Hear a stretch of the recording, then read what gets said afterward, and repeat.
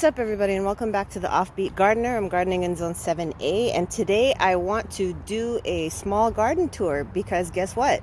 There's some stuff in the garden and things are starting to pop up, and I'm really excited about it. It's the first tour of the year, so hopefully you're just as excited as I am. Please let me know down below in the comments where you are in your garden process for this year. Have you started seeds? Have you direct sown stuff? Are things popping up? Are you already harvesting? What's going on in your neck of the woods? I'd love to hear from you. The reason why I'm starting here is because I planted some lettuce and kale in this bed. Well, it's not a bed, it's a kiddie pool. I planted some butter crunch lettuce on this side over here, and I planted some kale over here.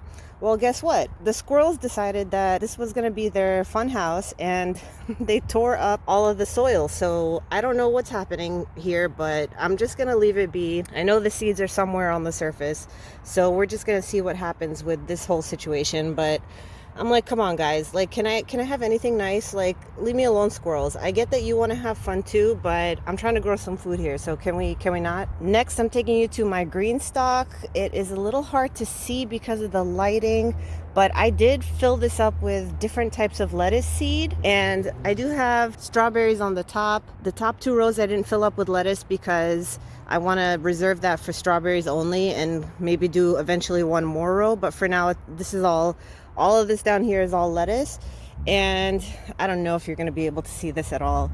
Let's give it a try. You see that little thing right there? That's a lettuce seed that sprouted. So exciting. So we have a bunch of those popping up in the different pockets. It's really hard to see because of the lighting, but you get the point. I'm really excited about that.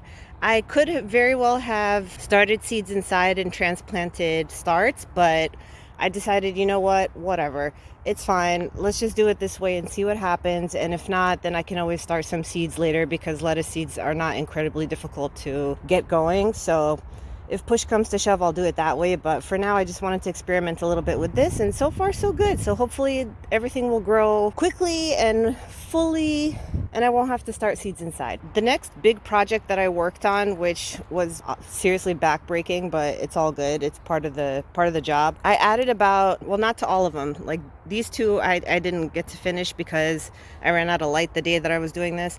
But basically, I put 2 or 3 inches of compost in all of my grow bags. So I have some fresh compost in here, and I did that for all of my bags. So all of my grow bags are ready to go. I also blew most of the leaves off. Like you can see over there, there's still plenty of leaves, and I don't really care about that little section. But everything else, I tried to blow as many of the leaves as I could because it was honestly kind of a mess. So if you watched any of my garden tours from last season, you'll know that these 3 bags here, I had cucumbers in and Tromponcino squash. And right now I planted these 2 bags. I have sugar snap peas, the purple ones. I have a bunch of seeds in here. And see that little guy? That little guy right there is a little seedling. We have another one right here. So they're popping up. I put probably, honestly, I don't remember exactly how many seeds I planted. I'm gonna guess 10. So 5 in here, 5 in there, but it was probably more than that. I guess we'll find out once all these sprout. But basically what I wanted to do, I didn't feel like starting the plants indoors.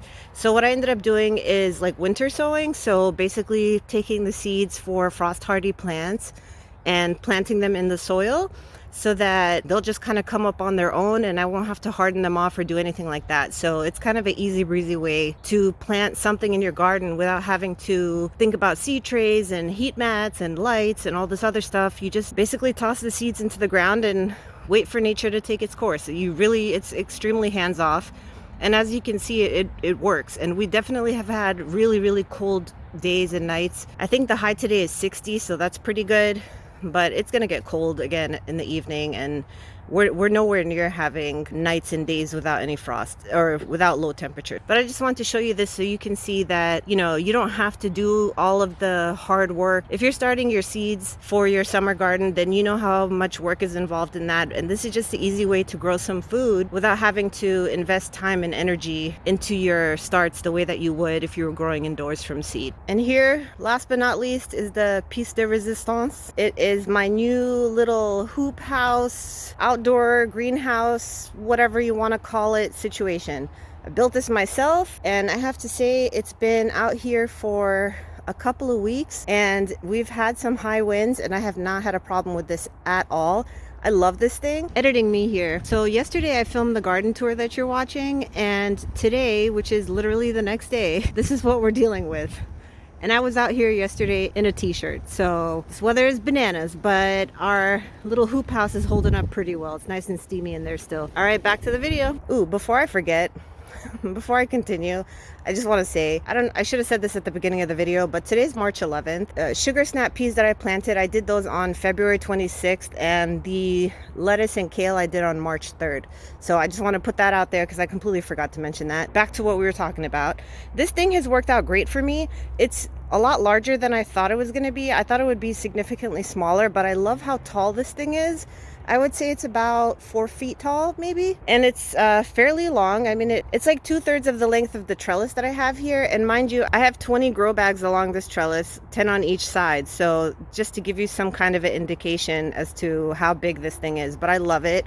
It is clear plastic, but because there's condensation in here, see, it's not looking as clear as it normally would, but I want to show you what's going on in here. So this is really easy to work with. You just unzip it and that's it. It's nice and toasty in here. So what I did is like I said, I put compost in all of my bags, my grow bags. So I have, ooh, it's warm in there. I should probably let this air out a bit. I just got like a big woof of warm air in my face. I think I'm gonna let this do its thing, air out a little bit. But I put radish seeds in this bag, that bag over there. So we got radish seeds. I put carrots in here and in there. I know my filming quality right now is the absolute worst, but bear with me. And in this thing right here, I have leeks. So all I did with the leeks is I sprinkled the seeds on top. I put good soil in here. I made sure that it had enough moisture, and then I went ahead and sprinkled leek seeds on top of this. And you can see that they're already starting to sprout. And I did this on, I want to say March, actually I don't remember what day I did this, but it might have been the 26th as well, I believe. Here we are on March 11th and everything's starting to pop up. Clearly it's really warm in here, so the plants are sprouting like crazy. I'm gonna let this air out a little bit. I mean, it is getting really cold at night, so for these plants, they're doing just fine. The benefit of having this little hoop house thing, greenhouse situation going, is that I can maintain the heat in here for these plants so that they don't freeze or anything. All of them are frost hardy anyway. So again, this is another direct seeding method that you can do that will kind of buy you some time, especially with root vegetables like the radishes that I have. You don't want to move those around anyway, so this is kind of an easy way to do it. And as you can see, there's plenty of space. Like I easily could put a whole bunch more grow bags under this thing and have like a whole bunch of stuff going all at the same time. These are 10-gallon grow bags. So you could easily put 2 next to each other and fill this whole thing up easy breezy and not have a problem. I'm just gonna leave that open for a little bit, let some air get in there. You could always do one of these if you really wanted to and just kind of lift it up a little bit, let some of that heat come out. I threw this thing together by myself. It has straps and stuff on the top that you tie to the poles that are up here. I didn't even bother with that. I just left it as is. I tied the corners. Let me show you. I did tie the corners down so it wouldn't fly away, but I haven't had any problems. So if you're interested in something like this, I do recommend it. So far, so good. I don't have anything negative to say about it. So if you're interested in this particular one, I'll link it down below so you can check it out for yourself if that's something you're looking for. But it's really great. I really love this thing. Pretty cool. Another thing that I planted is catgrass. You can see some of the seeds here. Unfortunately, I did such a beautiful job setting this up, and of course the squirrels got to it. I think they're eating the seeds, which is really upsetting. I'm probably gonna put some more seeds in here and cover it up again with some soil, just like lightly sprinkle some soil on top and put it in the hoop house, because clearly this is not gonna work. They're not gonna leave it alone. So that's a project to do today. Since we're over here, I wanna show you some of the herbs that I have going. All of these herbs I planted last year. So we have some parsley over here, some rosemary that I bought at a farmer's market because I didn't have any starts for it. Right here is some, if you can see it, there are some chives over there that I planted from seed last year. They're coming back by some miracle, even though it's been snowed on and all that other stuff.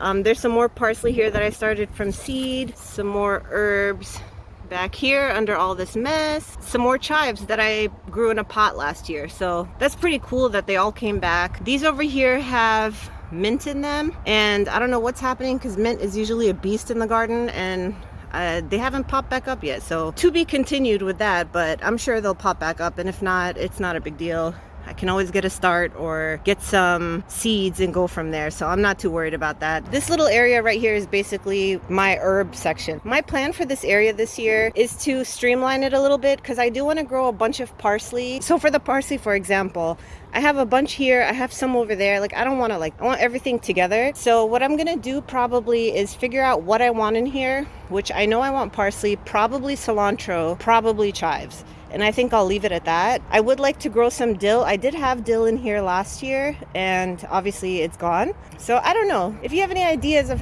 what you think I should put in here, I'm thinking more like, I guess ideally I'd like perennial herbs in here, kind of like I have with the rosemary, for example, but I'm open to suggestions. So if you have any suggestions for this space, it's not huge. It's probably, I would say it's maybe like 3 feet, probably like 3 feet this way and about 6 feet that way.